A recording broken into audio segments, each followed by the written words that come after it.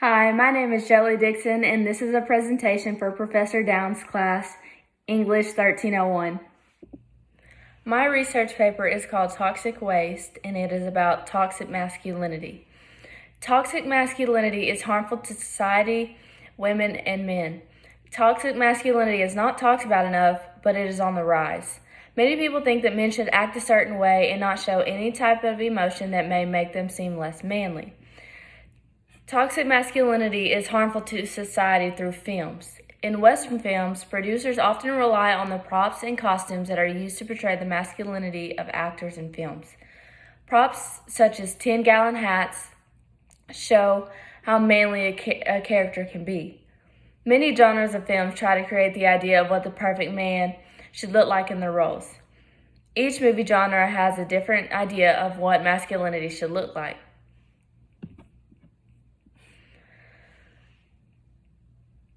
They try to show their audience how a man should act in order to keep their dominant status in society.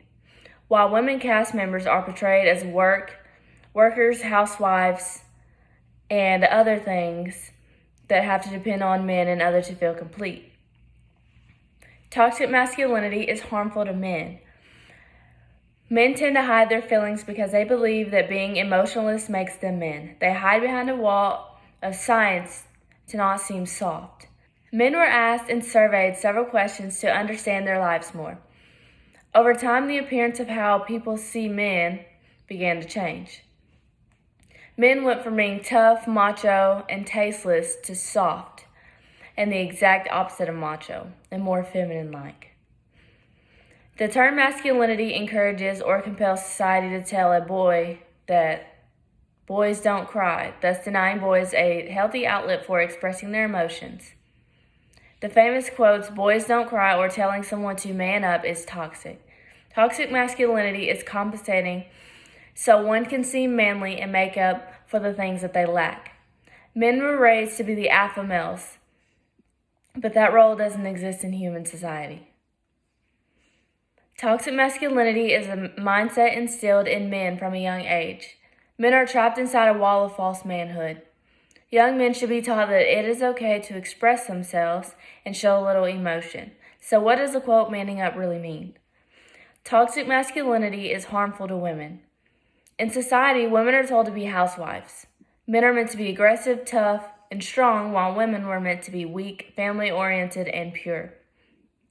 Toxic masculinity makes it difficult for girls and women to thrive and be equal partners and decision makers.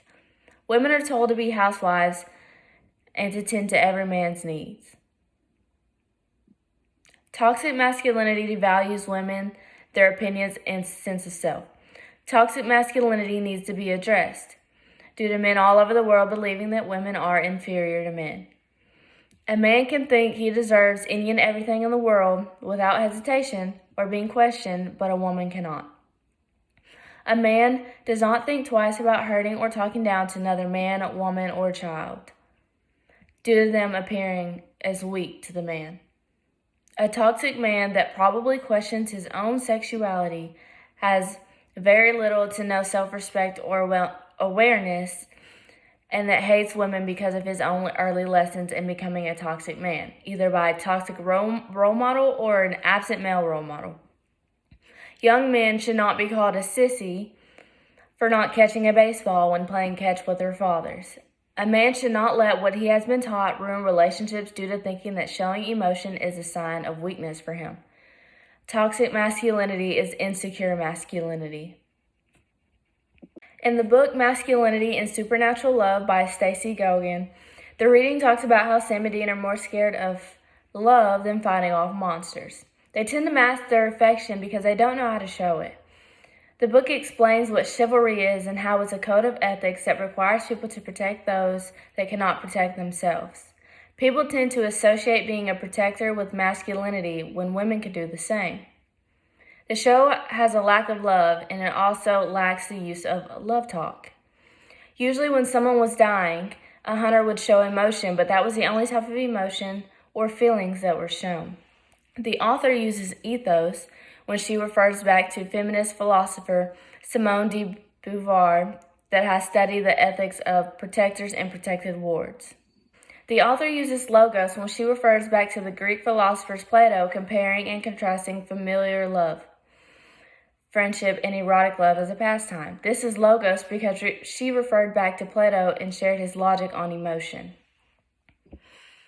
The author used pathos when she talks about how when a hunter would die, the cast and the audience would be sad because it evokes pity and emotion.